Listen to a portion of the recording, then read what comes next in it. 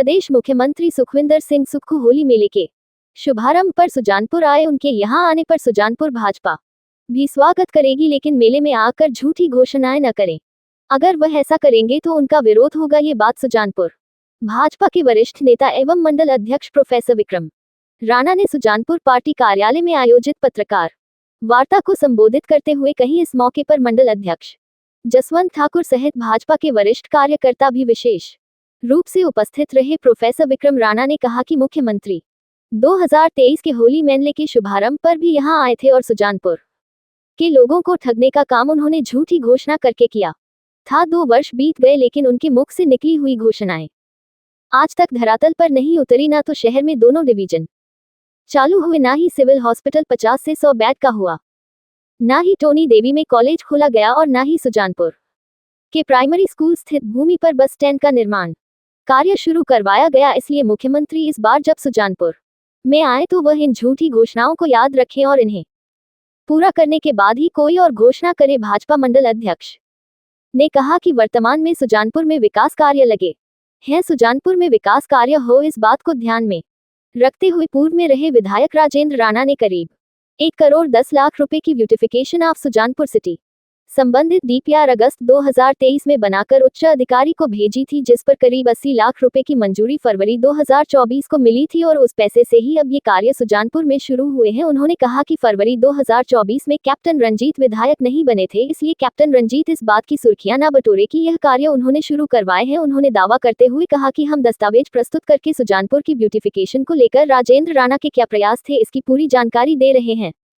इस मौके पर भाजपा नेता सुधीर भटनागर, जोगिंदर ठाकुर, लेखराज ठाकुर, ज्योति प्रकाश सहित पार्टी कार्यकर्ता मौजूद रहे। तो देखिए कि जो डेवलपमेंटल वर्क्स इस विधानसभा क्षेत्र के अंतर्गत चल रहे हैं पिछले 1-2 महीनों के अंदर, उसमें क्रेडिट लेने की होड़ मची हुई है। और क्रेडिट जो है वो हमारे जो वर्तमान विधायक हैं कांग्रेस के सूबेदार major honorary captain Ranjit Singh Rana ji, इसमें बहुत सारा क्रेडिट देने का प्रयास कर रहे हैं।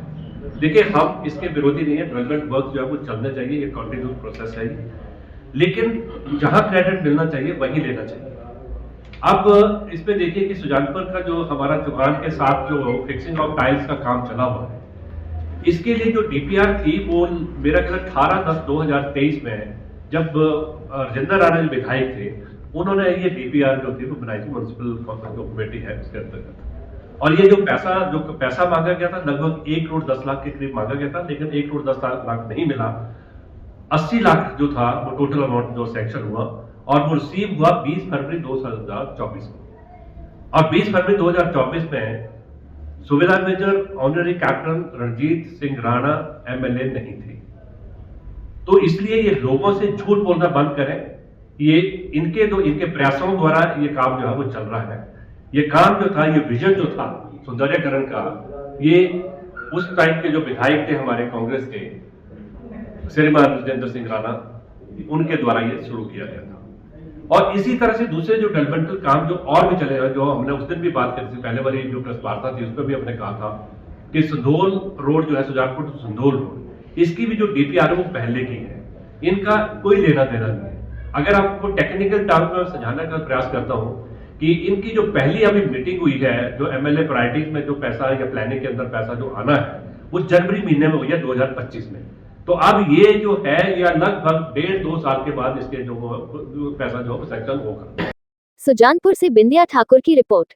9 years ago, Super Magnet Group took the first humble step towards reinventing school education by establishing a school to cater the need for fastly changing scenario in education. With just 5 students, the journey started through culmination of 3 young minds, Engineer Shagundar, Mrs. Vatika Sood and Mr. Amit Kapil, has blossomed into a thriving educational group having more than 1,000 students. At Super Magnet, we believe that our learners, they are not only children, but they are young adults and they are growing at a very fast rate. We are introducing AI as a part of our curriculum. Super Magnet has helped me to develop my collaboration skills, learning skills and refined set of abilities.